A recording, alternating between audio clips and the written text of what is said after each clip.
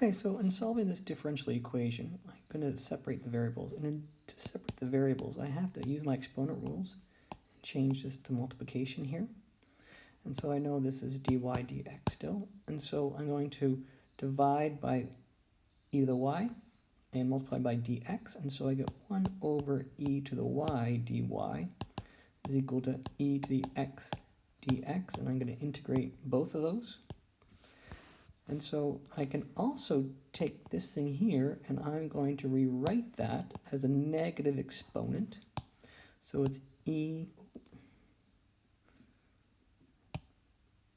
to the minus y. And so now integrating this, I know that e is just itself, but I have to do the minus sign for the chain rule when I take the derivative.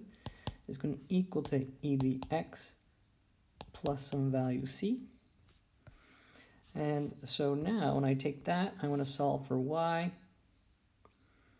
The easiest way to solve for y, I think if I get rid of this negative sign, e to the minus y is equal to negative e to the x minus c. And then if I go ln of this side, I get minus y is equal to ln of negative e to the x minus c.